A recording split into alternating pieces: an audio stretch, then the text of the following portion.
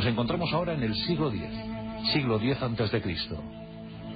Los filisteos, un pueblo del mar, un pueblo llegado presuntamente desde Creta, pugnaban con los hebreos por el control de aquel territorio.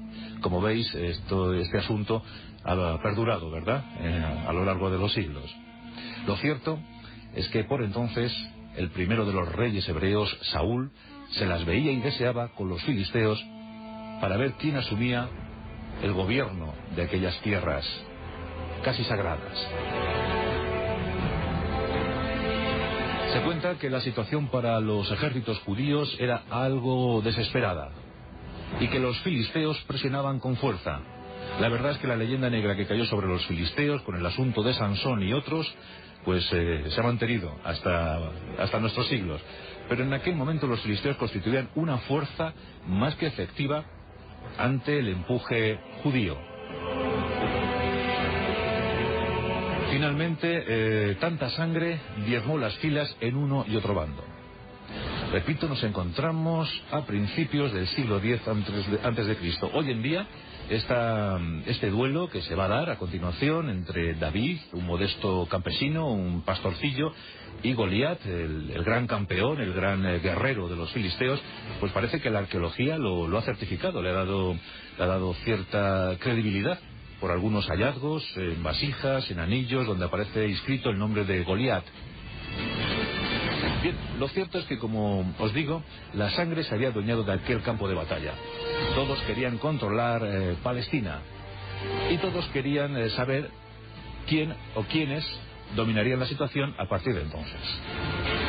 Pero el agotamiento había llegado a las filas de los dos ejércitos. En consecuencia, se determinó, hubo una especie de pacto, una especie de protocolo, por el que cada uno de los ejércitos aportaría al mejor de sus combatientes, al mejor de sus guerreros, y que el vencedor daría el resultado, la victoria, a ese ejército y dominaría entonces el territorio. Los filisteos lo tenían claro. En sus filas estaba Goliat, un hombre que según los textos sagrados medía más de 2 metros.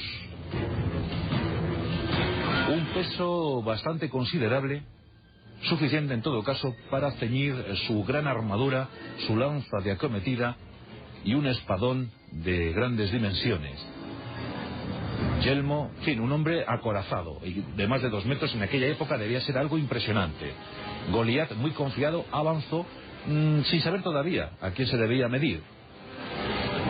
En las filas judías, por mor de los acontecimientos, la posibilidad de que David actuara ese día se dio.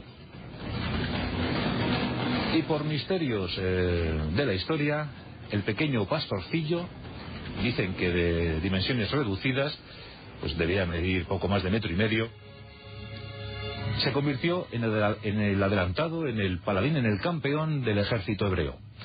David solo tenía un cayado, esto es, un bastón, y una honda con 5 proyectiles pétreos.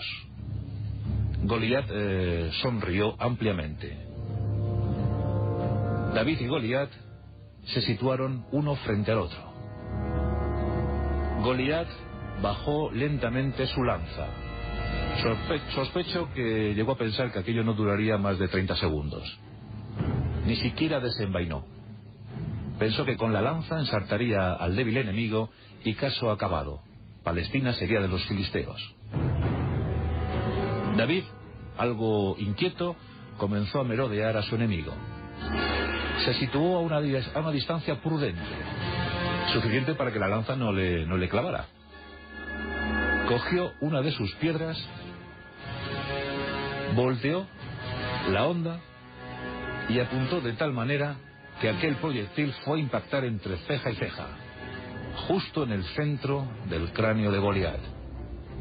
Goliat, aturdido por el impacto, se desplomó.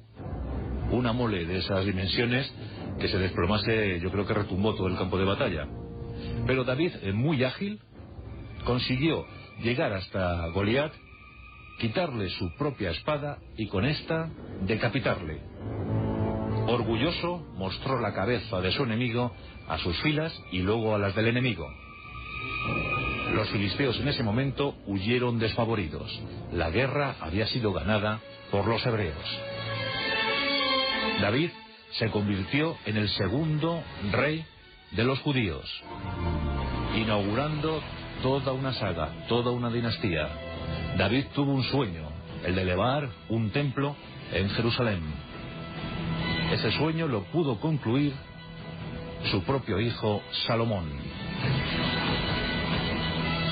Y así, con pequeños detalles, con pequeños capítulos, con pequeños pasajes, se cumplimentan los grandes episodios históricos. ¿Qué hubiese sido de la historia de los judíos de no haber tenido ese día puntería el pequeño David?